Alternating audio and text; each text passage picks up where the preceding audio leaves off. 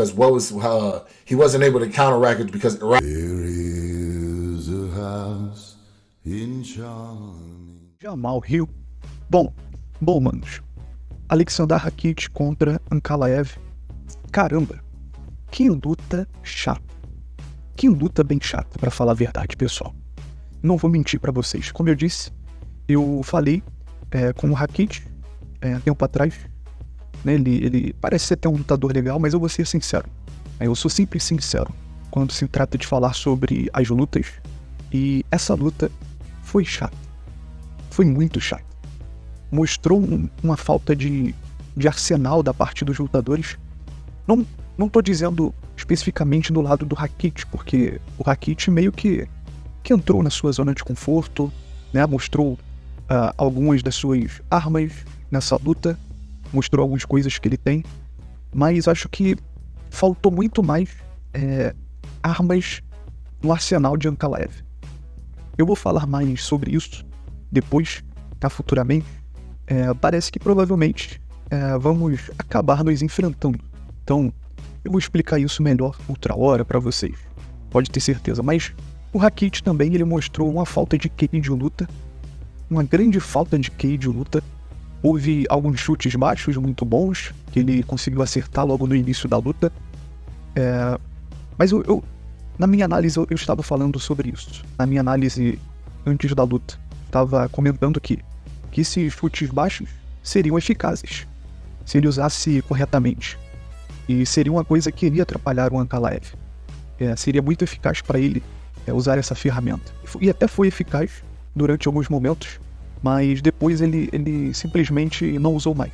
Você sabe? Eu acredito que no começo esses chutes podem ter até machucados, né? Nas primeiras vezes ele estava simplesmente jogando qualquer chute que ele pudesse.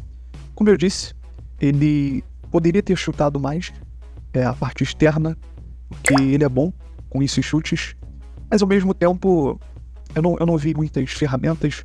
Foi uma falta de QI, e pra mim foi exatamente isso.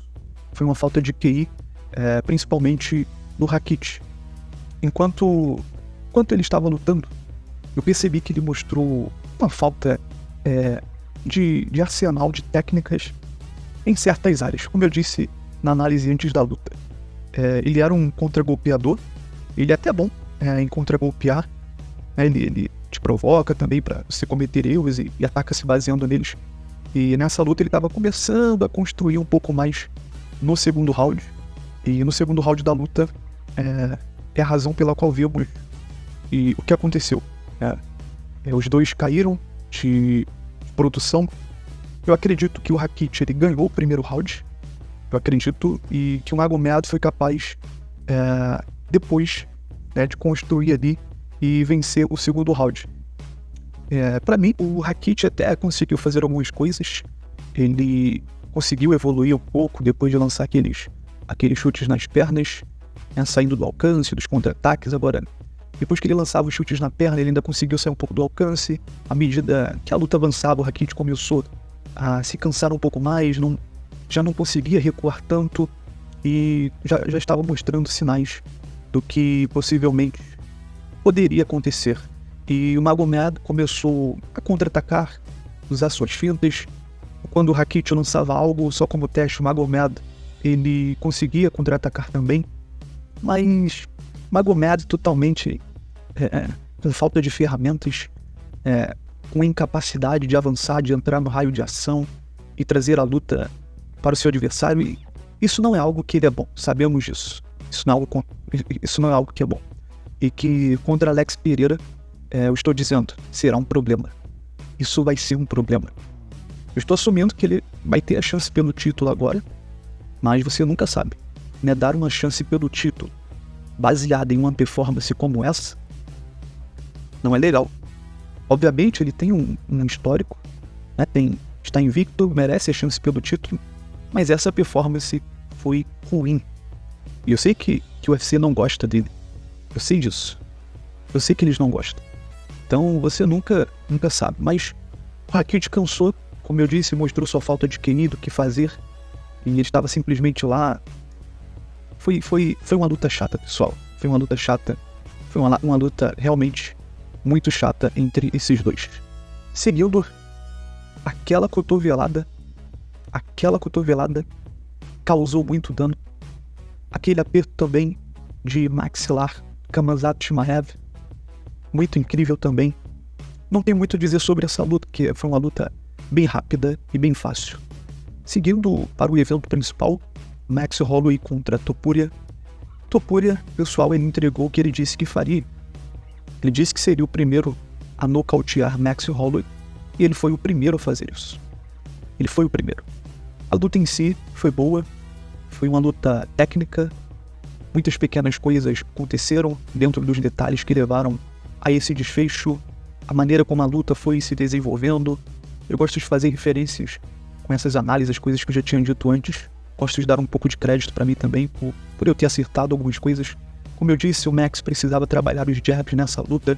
Eu pensei que ele até trabalhou no início, conseguiu ter um pouco de sucesso com os jabs, conseguiu ferir Ilya e machucou ele um pouco, mas eu achei que ele precisava trabalhar mais os jabs, meio que desorientar o Ilya, fazer a cabeça dele se mover, fazê-lo recuar um pouco para começar a trabalhar as suas combinações. Eu acredito que Max precisava que Ilya ele recuasse um pouco mais para ele conseguir aplicar ali as suas combinações, porque no final das contas esse é o jeito mais seguro de Max lutar. Mas como o Ilya disse, ele luta em uma curta distância, ele não se afasta muito, e no final das contas esse é o estilo dele. Esse é o estilo dele, ele não recua muito, ele gosta de encurtar, soltar as suas combinações, soltar o seu poder naquelas mãos, e a única maneira de impedir que isso aconteça é fazer o Topuria recuar, e Max não fez isso. Mesmo assim, eu acredito que o Ilya conseguiria de qualquer jeito, ele ia continuar avançando, ele ia continuar andando para trás, mas ele não é tão perigoso quando ele está recuando, ele só é perigoso quando ele está avançando e encurtando a distância. E eu gostaria que Max tivesse feito isso, impedido essa aproximação. Max estava adicionando um chute frontal no início da luta, e isso estava indo muito bem, que ele estava impedindo com que o Topuria avançasse, fazendo o Topuria recuar. Ele deveria ter mantido essa postura, ele deveria ter continuado com isso, mas não continuou. Enquanto o Ilya encontrava o seu alcance aos poucos, tentava encurtar, encontrar uma brecha, ele investiu nos chutes, depois foi para a luta agarrada, não teve muito efeito, mas ele conseguiu misturar algumas coisas, e ele teve que ir totalmente para a trocação. E a gente sabe que isso meio que te deixa um pouco mais cansado. Isso diminui os seus reflexos. E sabe o que eu quero dizer? Max estava fazendo um bom trabalho, cara. Ele estava fazendo um bom trabalho. Com os jabs, com os chutes frontais, enquanto o Ilya tentava chegar até ele. Porque quando o Ilya encurta, é realmente complicado. É realmente muito difícil de parar. Porque ele é muito energético. Ele gosta de se aproximar, ele confia no poder de nocaute dele. Ele confia nas mãos dele. Ele acredita no seu poder de nocaute. Bom, vamos ver o que vem a seguir para Ilya Topuria. Vamos ver também o que vem a seguir para Max Holloway. Vamos aguardar, vamos ver o que acontece. Tem muita coisa para acontecer ainda. Você sabe, Max Holloway, cara, ele não perdeu absolutamente nada. Ele, pra mim, ainda tem um grande status de GOAT, né, do UFC. Nós vimos o que ele fez, um dos maiores nocautes do ano, um dos nocautes mais doentios, na queda do UFC 300 contra o Justin Gaethje. Então, Max ainda é esse cara, ele já venceu muitos campeões. Ele não podemos tirar nada de Max Holloway, porque esse cara é simplesmente incrível.